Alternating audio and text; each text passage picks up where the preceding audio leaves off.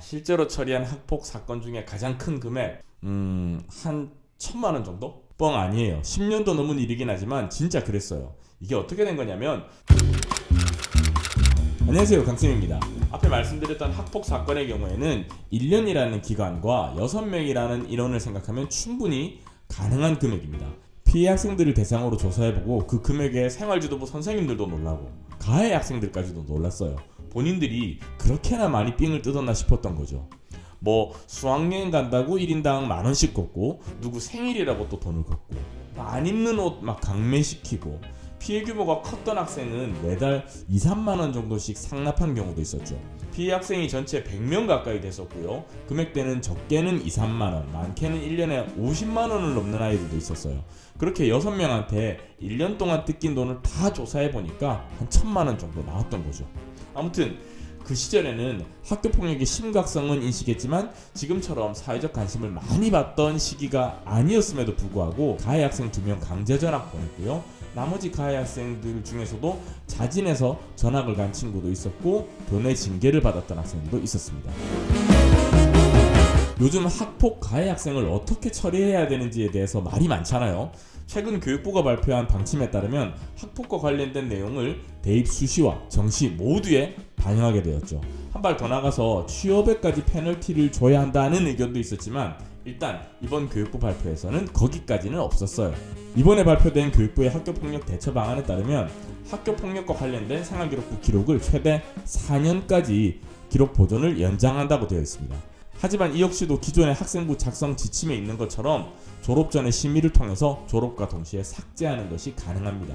학교생활기록부가 학교에서 의무적으로 보관해야 하는 기간인 5년이 지나면 공공기록물로 분리돼서 영구적으로 보관되기는 해요. 하지만 이걸 모든 취업 과정에 활용하기란 그리 쉽지 않아 보입니다.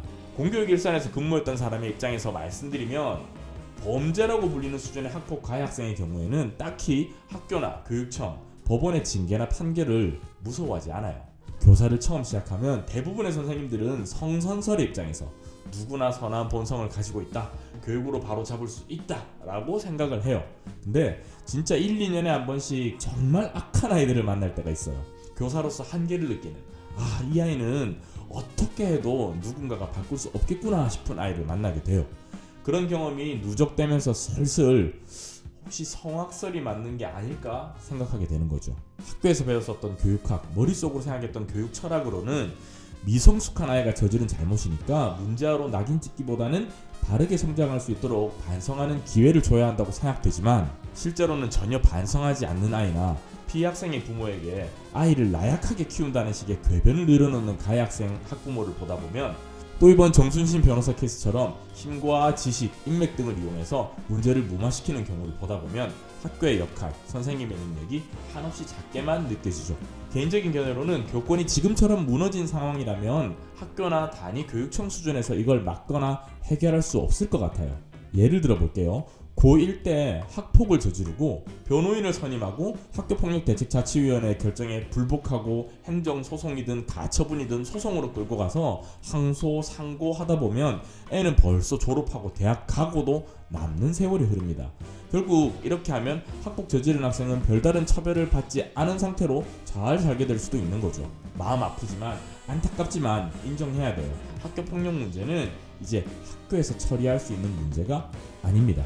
미성숙한 아동에게 반성의 기회를 준다고 하지만 그건 정말 일회성, 어쩌다 실수로 학폭에 휘말린 아이일 경우에나 가능한 거고요. 실상 학폭은 오랜 기간 반복적으로 일어납니다. 이런 가해 학생들이 반성하고 진심으로 거듭나는 경우는 거의 없다고 생각됩니다. 여러분의 생각은 어때요? 학교폭력에 대해서 알아보다가 외국에서는 학교폭력을 어떻게 처벌할까라는 의문이 생겨서 조사를 좀 해봤어요. 미국, 영국, 독일, 프랑스, 우크라이나, 베트남, 인도네시아, 일본, 중국, 태국 등을 살펴봤는데요. 결론부터 말씀드리자면 거의가 다 비슷해요. 우리나라에서 문제가 되고 있는 형사미성년자 제도 있잖아요. 만 14세 미만이 저지른 범죄는 형사처벌을 하지 않는, 이거 거의 대부분의 나라에 다 있어요.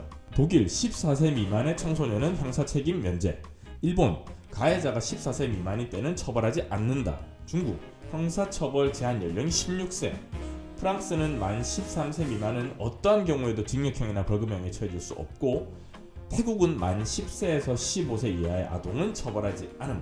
우리나라와 약간 차이가 있는 국가들의 사례를 소개해보면 영국은 학교에서의 괴롭힘을 범죄로까지는 보지 않지만 심각한 폭력, 강도, 장기간의 협박이나 괴롭힘은 일반 법률 규정에 따라서 처벌하도록 되어 있습니다. 우크라이나의 경우에는 14세 이상 16세 미만의 미성년자가 가해자인 경우 부모 또는 대리인이 동일한 처벌을 대신 받도록 되어 있습니다. 미국은 주별로 좀 다른데요. 미시간주 같은 경우는 2004년 형법에 신설된 학교폭력 처벌 조항에 따라서 사망사건의 가해자는 15년 이하의 징역이나 $10,000 이하의 벌금형을 받게 됩니다. 그렇다면 우리나라는 어떨까요? 우리나라는 학교폭력 예방 및 대책에 관한 법률을 통해서 학교폭력의 기본적인 정의와 대책 등이 정해져 있고요. 사안에 따라서 형법과 소년법에 따라서 형사처벌을 내릴 수도 있습니다. 하지만 가해 학생이 만 14세 미만인 경우 형사 책임이 면제되고 소년법상의 보호 처분만 내려지게 됩니다. 그나마 민법적으로 가해 학생의 감독 의무자를 상대로 손해배상을 청구할 수 있기 때문에 금전적으로라도 페널티를 주는 게 가능합니다.